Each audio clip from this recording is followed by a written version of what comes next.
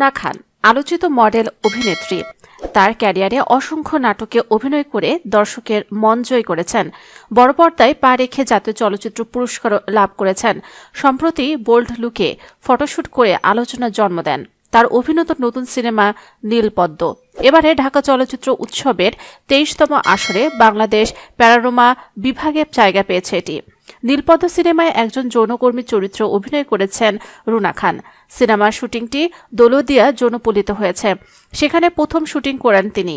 সেখানকার যৌনকর্মীদের জীবন, সামাজিক অবস্থান অনুধাবন করার চেষ্টা করেন।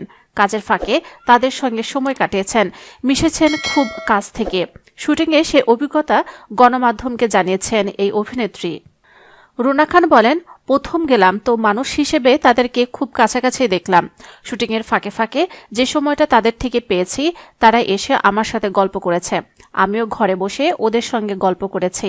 ওরা আমার সঙ্গে সিসিমপুর নিয়ে গল্প করেছে, ফ্যামিলি ক্রাইসিস নিয়ে গল্প করেছে, ইউটিউবিং নিয়ে আলোচনা করেছে, শাকিব খানের সিনেমার কথা বলেছে। মানে আপনি যা করি ওরাও তাই করে। সাধারণ মানুষ ও যৌনকর্মীদের মাঝে বিশেষ কোনো পার্থক্য নেই। এ তথ্য উল্লেখ করে রুনা খান বলেন, ওরা যৌনকর্মী, এটা ওদের পেশা।